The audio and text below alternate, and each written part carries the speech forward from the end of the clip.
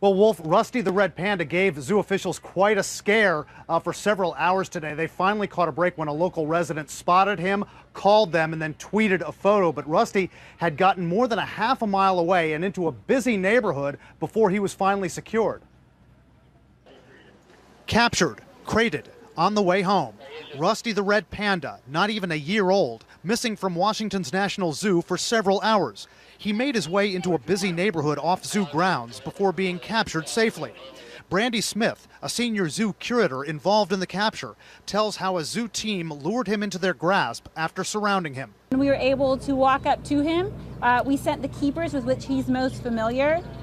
So the keepers called his name. He was familiar to them. They calmed him down. We were able to approach him with a net, capture him in a net, transfer him to a crate, and then we just took him to our veterinary hospital. Red pandas are listed as vulnerable, with 10,000 of them or less in the world. Rusty was born in captivity. Could he have survived on his own? We asked Smith what dangers he faced outside the zoo. I think the biggest danger is if he ate any inappropriate food. That's anything other than bamboo or any other food prepared by his keepers. For the moment, zoo officials say Rusty has no visible signs of injury or illness. We pressed a zoo spokeswoman on another key question. How in the world do you lose a red panda? How did it happen? Well, we don't know right now. In all honesty, complete honesty, we do not know. That habitat has housed red pandas for several years. No one has escaped from it before. The habitat is constructed to keep red pandas in and to keep people out. A possible clue? Red pandas are called arboreal animals, natural climbers, tree dwellers. Could Rusty have used a tree to climb out of this exhibit behind me? Well, zoo officials say their horticultural team came here after he escaped and found no obvious route out, but they're not ruling it out as a possibility. And one possibility could be right here. You see the electric fence? The exhibit is on the other side of that fence. There is a tree up there on one side of the electric fence that kind of hangs over. That could have been one of the escape routes.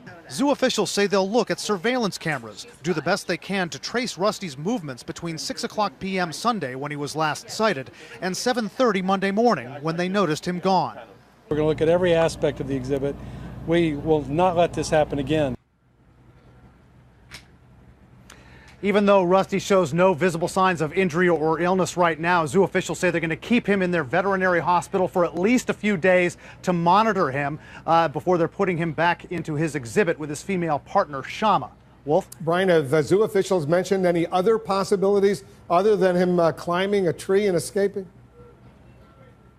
They said they're going to look at everything, including the possibility, Wolf, that a human being could have lured him out and maybe even taken him before maybe ditching him in a neighborhood somewhere. That's not out of the realm of possibility in a situation like this. This park is still open, even after dark. It's not hard to get in here, even though it's technically closed. You can still kind of walk in here in the later hours. So that is a possibility. They're looking at surveillance cameras and all of that.